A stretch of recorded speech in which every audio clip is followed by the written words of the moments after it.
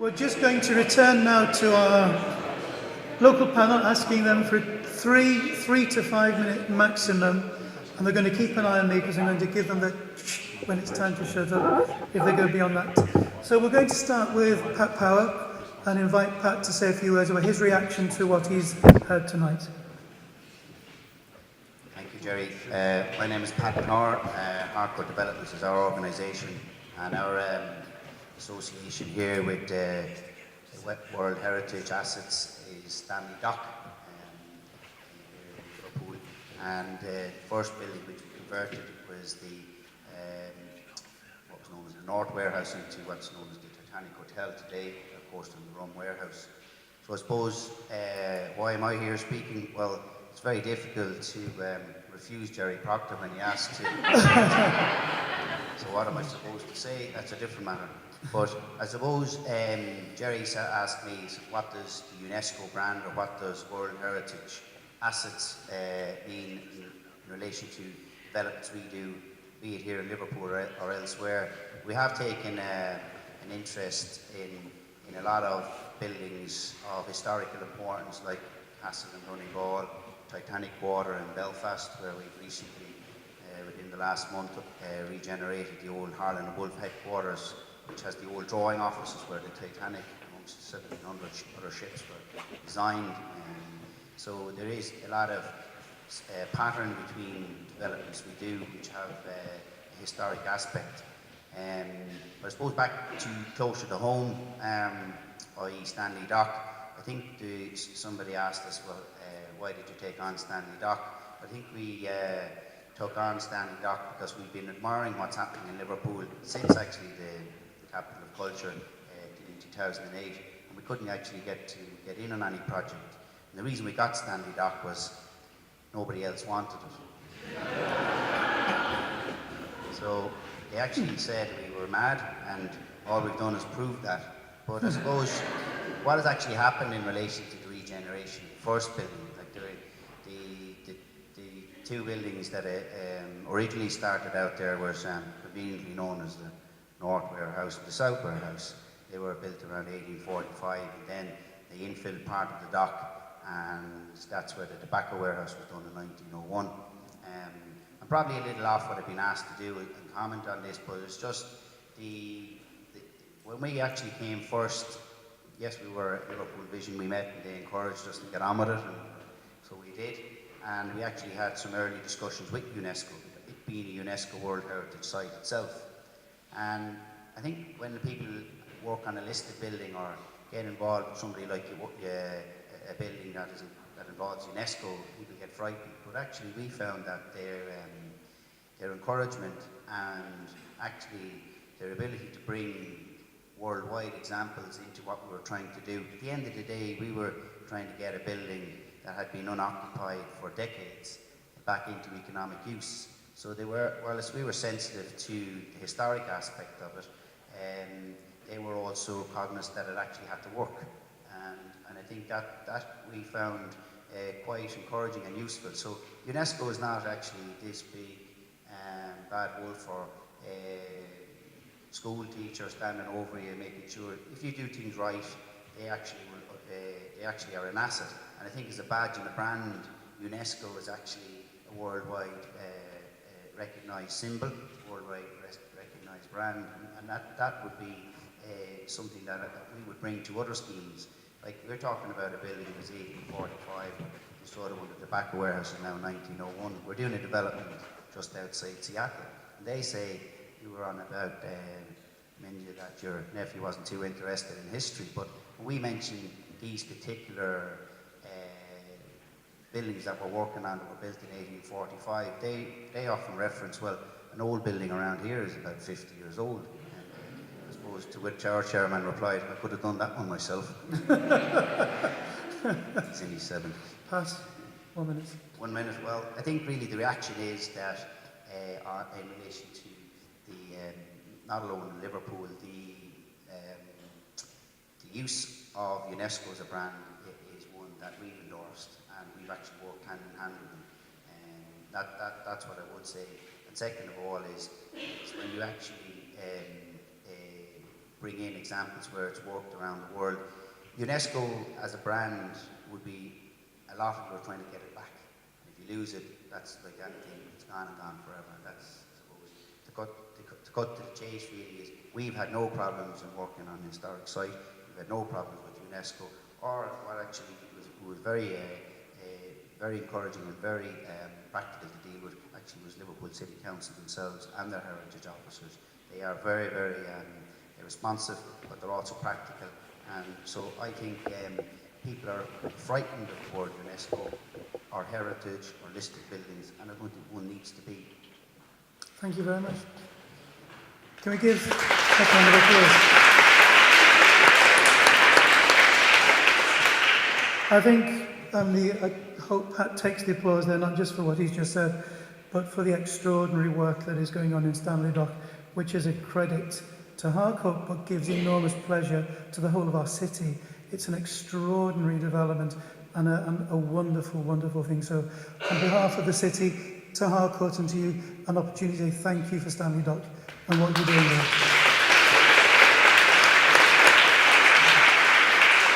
I'm going to ask Lynn Foxwell to stand up because apparently people at the back are going to fall off their chairs trying to see who's talking. In that case, I'll stand up. Can you hear me all right? No, a bit closer. Closer? Yeah. Got it? Okay, right, got it. Thank you very much. Well, thank you very much for inviting me, Jerry. And the reason I'm really here is not all that stuff that's up there, but because the University of Liverpool has a heritage research team that's university-wide, and I lead it.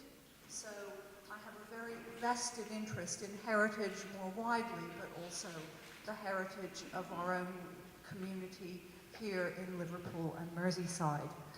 And I think what we've heard tonight is that it's a myth, really, that cultural and social values and economic values and regeneration have to be at odds with each other or in competition with each other. Honestly, they're part of the same thing. And that's very, very evident from what our two speakers have said tonight.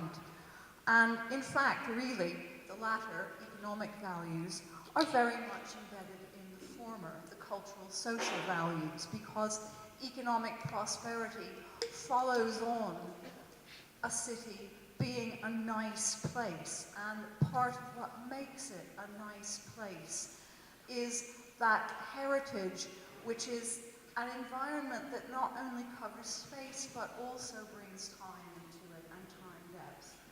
And that heritage is both tangible and intangible. It's not just our lovely buildings, it's also the memories and stories around them that that community holds.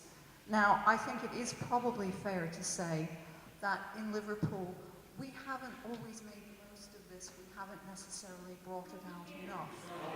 Sorry, can you hear me now? Yeah. Right. We haven't always made the most of this. We haven't always brought it out enough. And it seems to me that this is the moment where we have to get together and do that. And for me, the answer to your question, Jerry, is that the state is worth fighting for. From what we've heard tonight and in the other seminars, absolutely yes. There's no question about it. And I think finally, the last thing I would like to say is, Jerry, thank you for organising all of this. It has been magnificent. Thank you so much.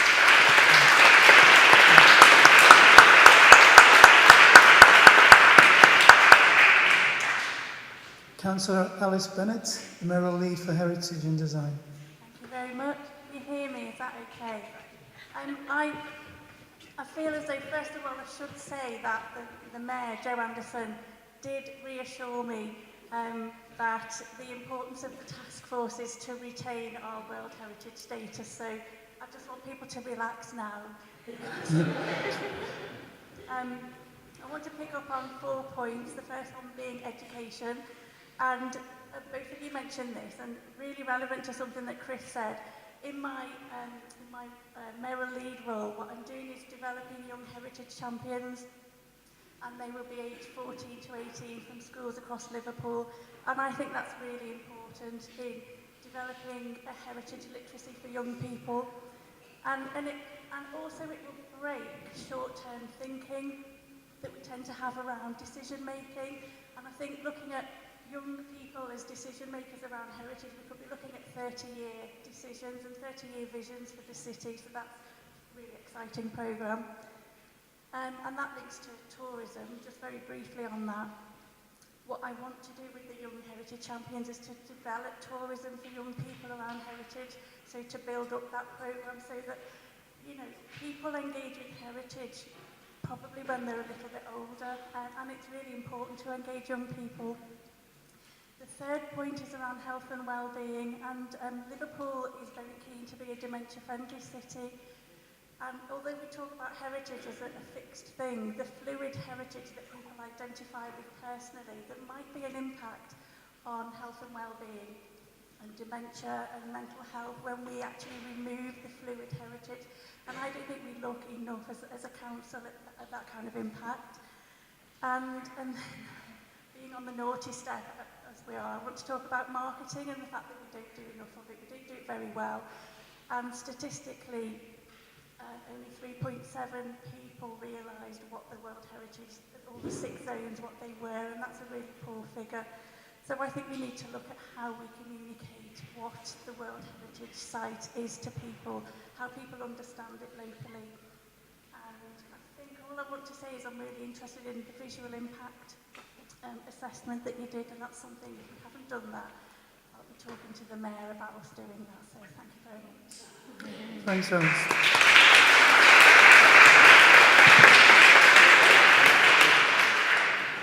Okay, we have a microphone somewhere. Where's Rachel? Sorry, just a second. We have a microphone, so we're going to pass the microphone around.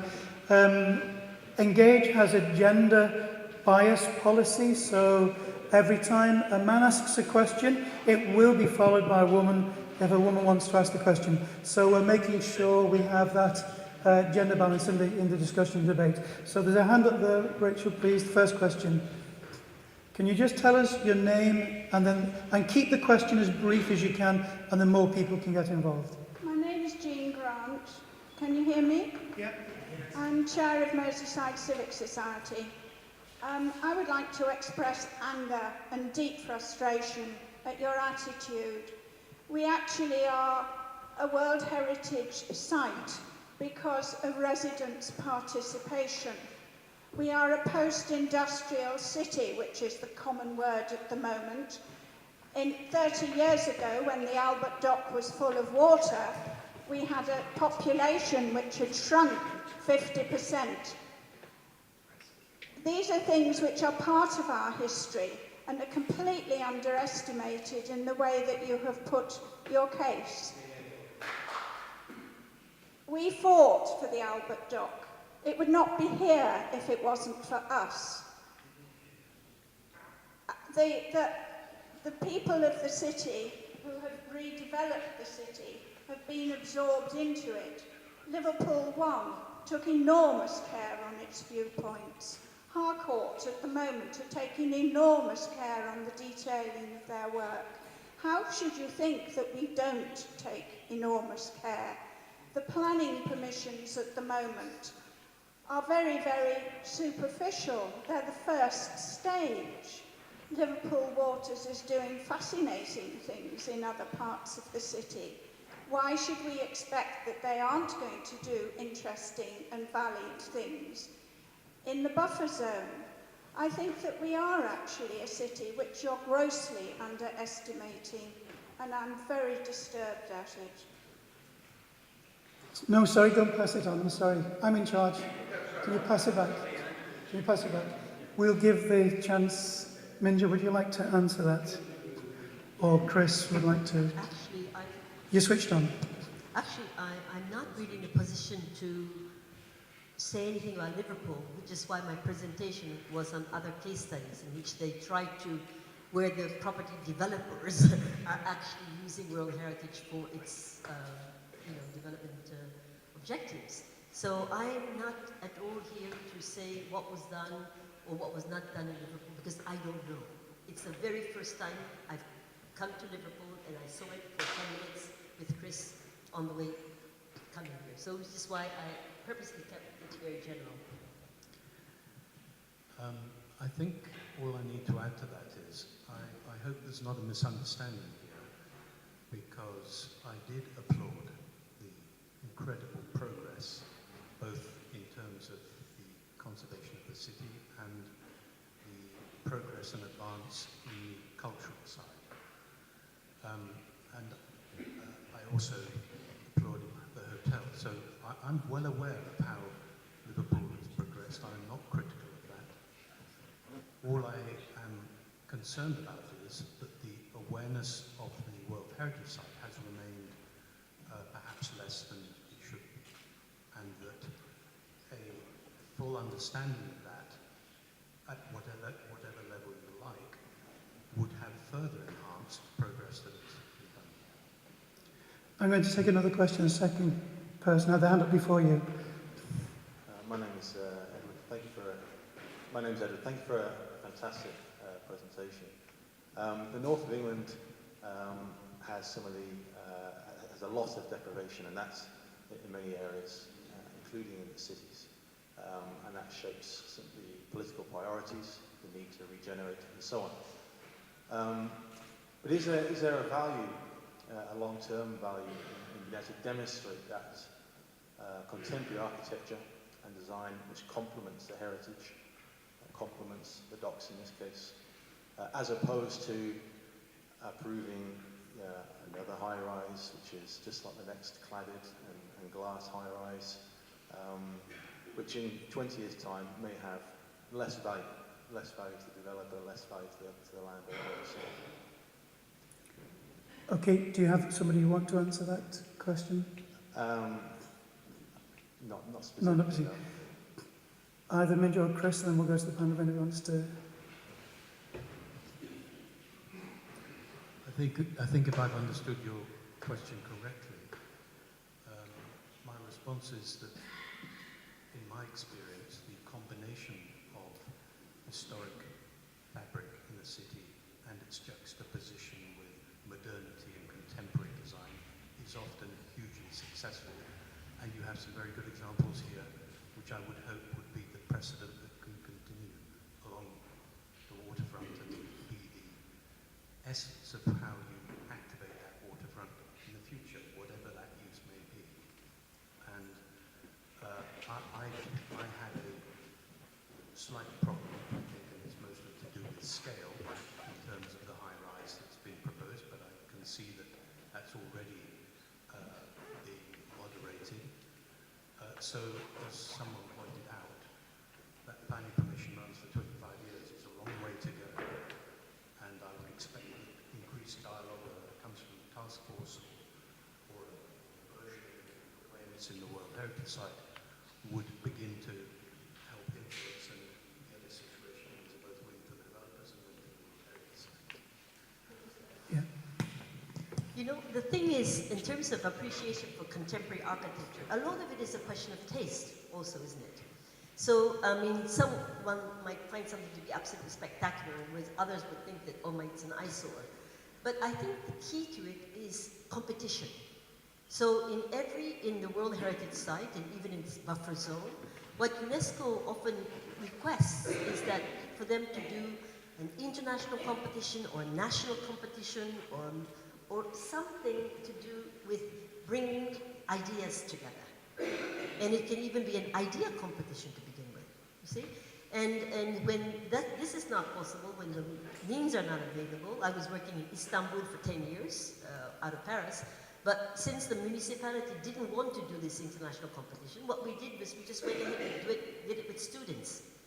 And this is something, especially now in the last 9 years, I've been at university since leaving UNESCO, and we often go out with the students to go to a place and do a projection of what the place could look like or how it could be, or to have different scenarios. And I think that the developers also, it's in their interest to have an international competition or national competition as well. Okay, the next questioner will be a woman, and then we'll come to you, sir. The lady behind. Lady with her hand up in the middle.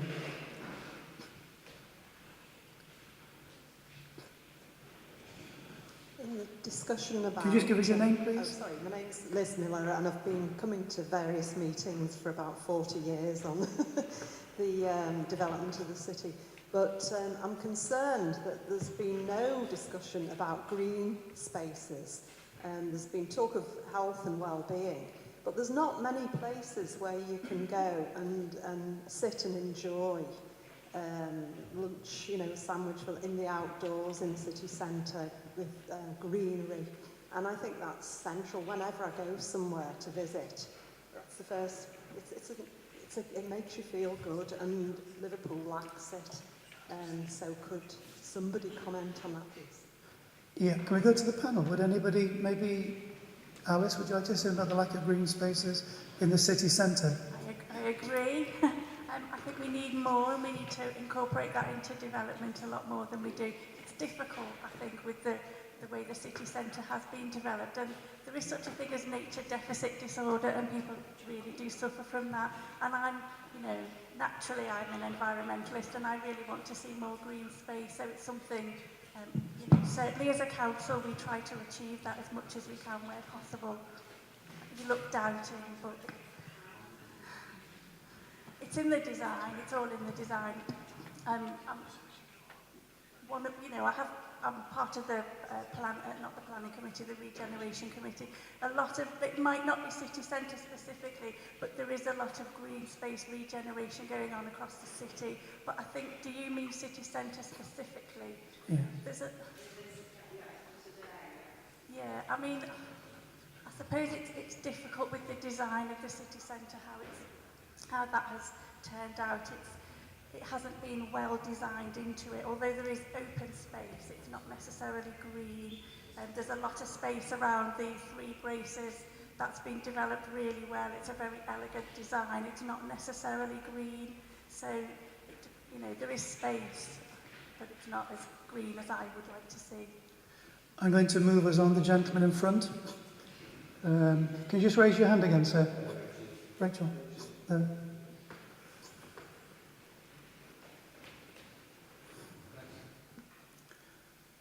Hello, can you hear me?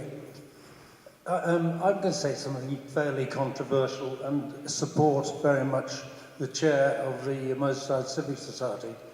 It seems to me that World Heritage has come in very much at the end of a process, most of which has been dealt with by the city. And if I may say, to be very controversial, I think you're jumping on the bandwagon and then telling us what to do. And I'll tell you why I say this.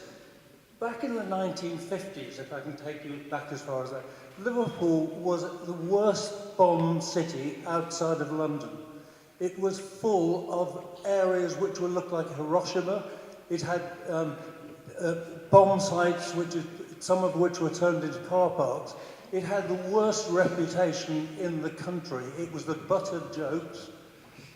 Liverpool had no perceivable future. The port was dying and air was taking over from the point of view of migration. Later on we heard that Mrs. Thatcher and Sir Geoffrey Howe had a secret policy for Liverpool, and that was managed decline. Back in the 50s, as I say, two developers came to the city centre, Charles Claw and Ravenseft. The city centre plan was a sort of Beaux-Arts affair with no prospect of getting it done. It was designed by the city engineer. As a result of those two proposals, the city council commissioned a consultant to prepare a new city centre plan. I think it was published in about 1961. And that was the Walter Bohr and Graham Shanklin plan for the city centre. There was no prospect of that being developed. The whole policy of that plan was comprehensive redevelopment and bulldozing. Fortunately, a number of major schemes were actually thwarted, like Civic and Social Centre, which would have had disastrous effects on the central area, spanning across the valley from Lime Street to Dale Street. There was no protection for most of our buildings. The central government's listings were virtually stopped at the end of the Georgian period. Can I just say, so this is a question and answer session. Well, let me We just didn't say- invite you to come and give a speech like but this. it is an important background, I believe, which is Can being you ask your question? Well, it's being misunderstood. And the fact of the matter is, I'll just conclude on this, the policies of demolition which would have taken away Dale Street, Victoria Street, whole areas of historic centre were reversed progressively by the city centre planning team, and it became an area of conservation. And as the chairman of the Civic Society said, Albert Dock and many of the huge challenges were faced by the city. And I seriously disagree with a lot of the advice which is now coming in at the 11th hour about how we should deal with conservation and development. And that I'm really asking for a general comment on those points. Well, there wasn't a rapturous round of applause there, but would somebody like to comment on that? Just one thing. I think it's thanks to your work that Liverpool, Mercantile City, was actually put on the World Heritage List, because if you hadn't intervened, there wouldn't have been anything to inscribe. So, having been inscribed, which I think is a wealth for the world, because Liverpool, as I mentioned earlier, I mean, from my point of view, you can't say that one World Heritage Site is better than the other, but some stories, some outstanding universal value stories are better understood to the world, and is perhaps more important in the understanding of the history of humanity, right? So although the history of humanity, which is what World Heritage is supposed to represent, is not just about the built environment, it's about the intangible, it's about the history, it's about the social history of the place.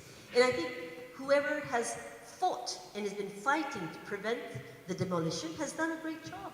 But now, you can't just live on the laureate of your past. Things are moving all the time. So what can we do now? What can we do to convince the city authorities? What I wanted to say earlier, just Jerry, please let me say that.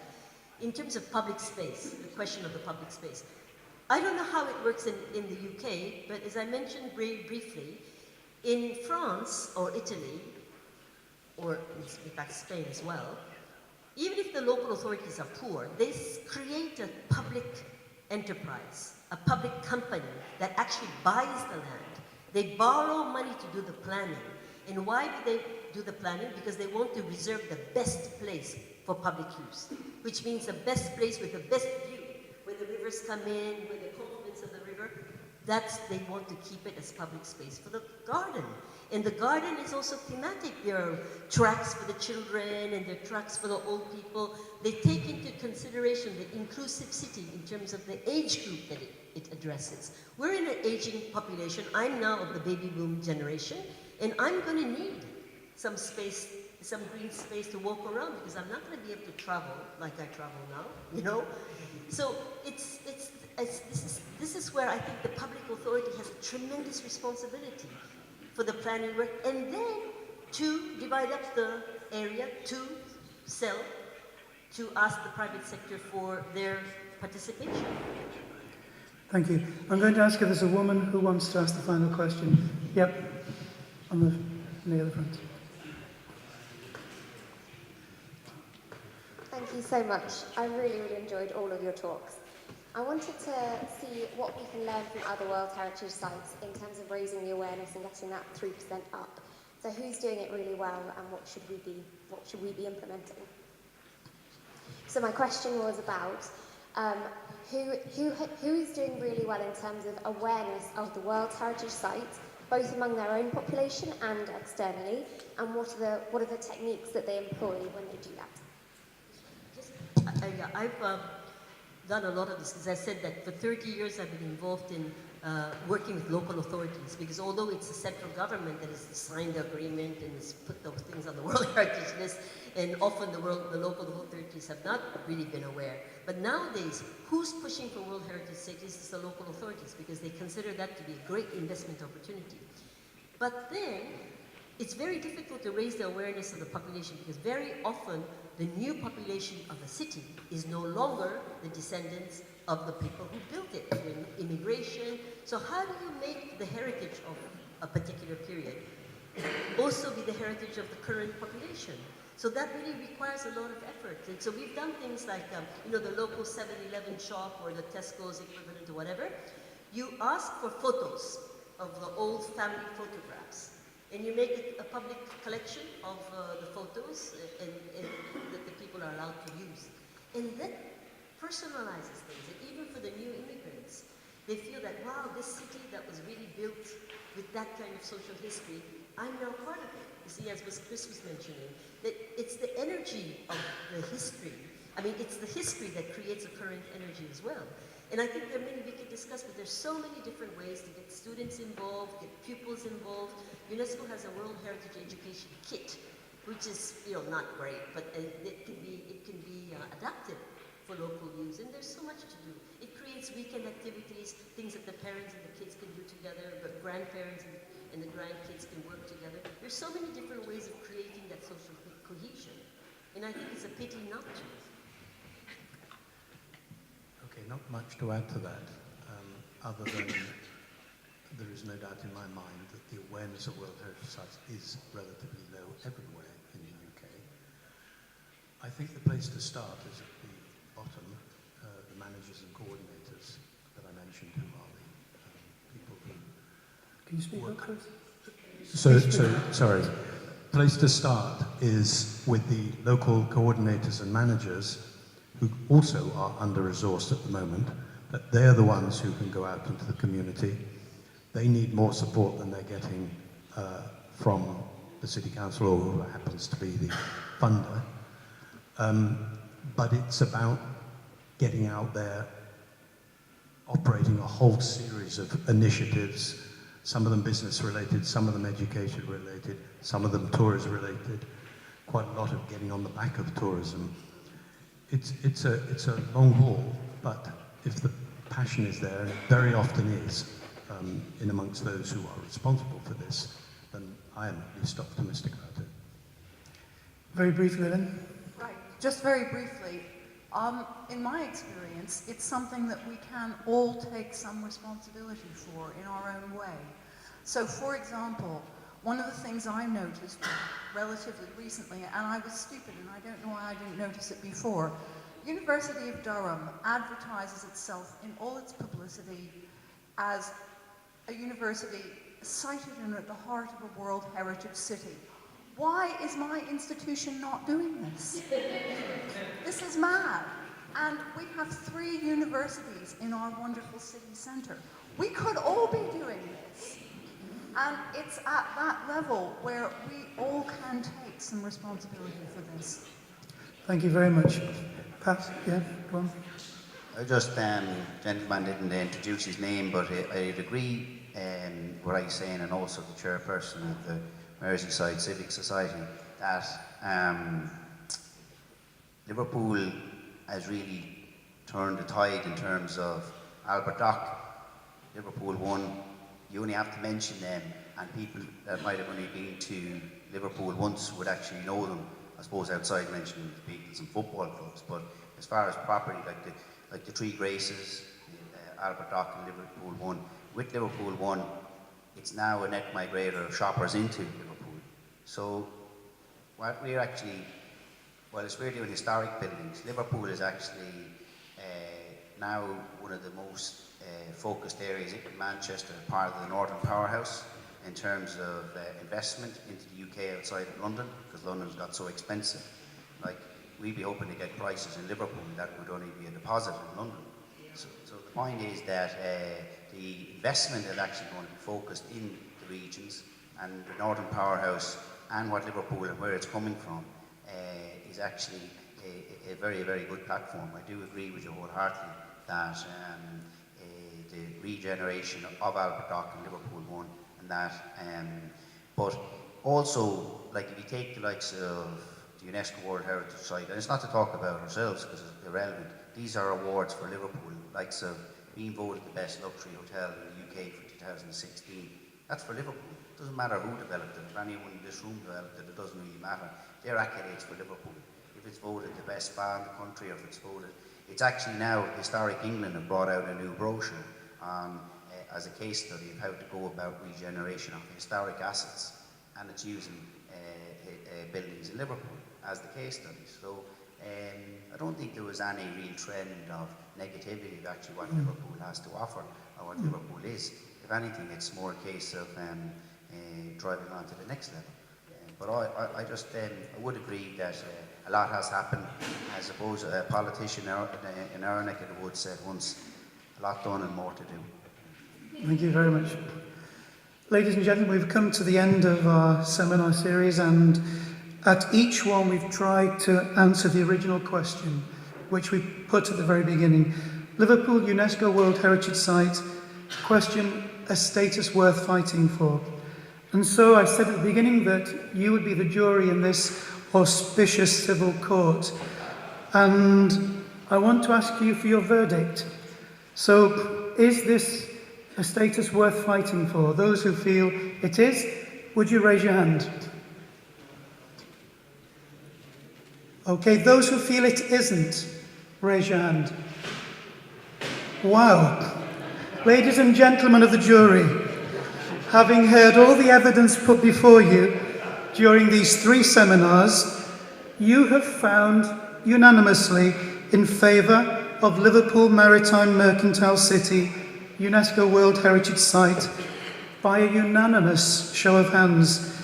And I'm going to ask Minja to relate your decision back to Isabel and the staff of the World Heritage Centre in Paris. In the time remaining to us as a city, which is only until December of this year, let's see what we can all do, as Lynn was encouraging us before, to secure our status. Make your views known to the Mayor and to his new Heritage Board. Write to the Echo, who have refused to print anything about this seminar series. They have been phoned, we've given them press releases, they've had photographs, everything. They will not print a word about it. Now that's shocking. And we've had packed audiences at every stage with top UNESCO people coming to the city. They will not let the voice of UNESCO be heard. And that's because the dominant view in the city has been, it's not a status worth fighting for. There has been a dominant view which has been pushed from many circles that it's just a plaque on the wall and we'd be better having development instead of heritage. So we've learned from UNESCO for the last 3 seminars a great deal, and I think it's been very, very useful. So you can contact Roger Phillips. He loves to have people ringing him up on Radio Merseyside. Be creative and imaginative. Start a campaign. Launch an online petition. Do something to help us progress. And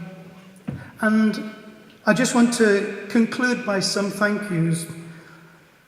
I'd like to thank our sponsors. Engage has no funding whatsoever. We could not have done this if we hadn't had people in the city prepared to sponsor this event. I'm deeply grateful to Regenda Housing and also Redwood Living and also to Alexander Wyatt. Want to thank the venue here at St George's Hall. We've been to 3 different parts of the World Heritage Site, and this has been an absolutely wonderful conclusion. I want to thank Nonconform, whose support at this event has been fantastic.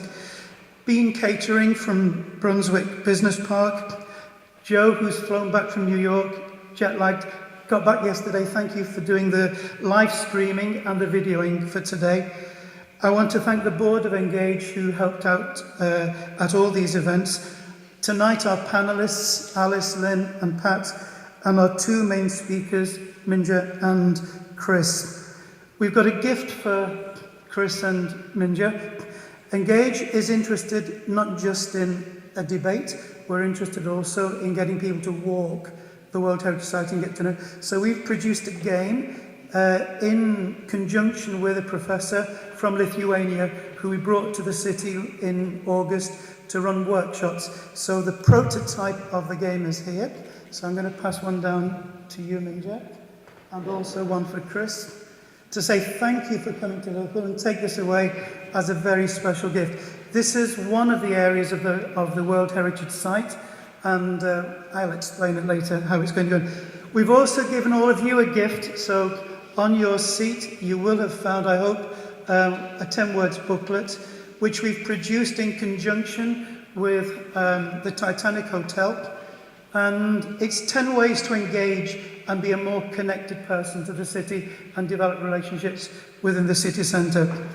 And finally, we are going to have a follow-up to this meeting. If you're interested, next Wednesday, 7 o'clock, in the Baltic Fleet pub, upstairs. We'll provide some sandwiches. If you want to get a drink at the bar, come and join us. You're very welcome. We're having our AGM, but it's also a chance to discuss informally, where do we go from here, what can we do? So thank you very much. Thank you to our speakers. And thank you to all of you for your comments and your presence. Good night and God bless.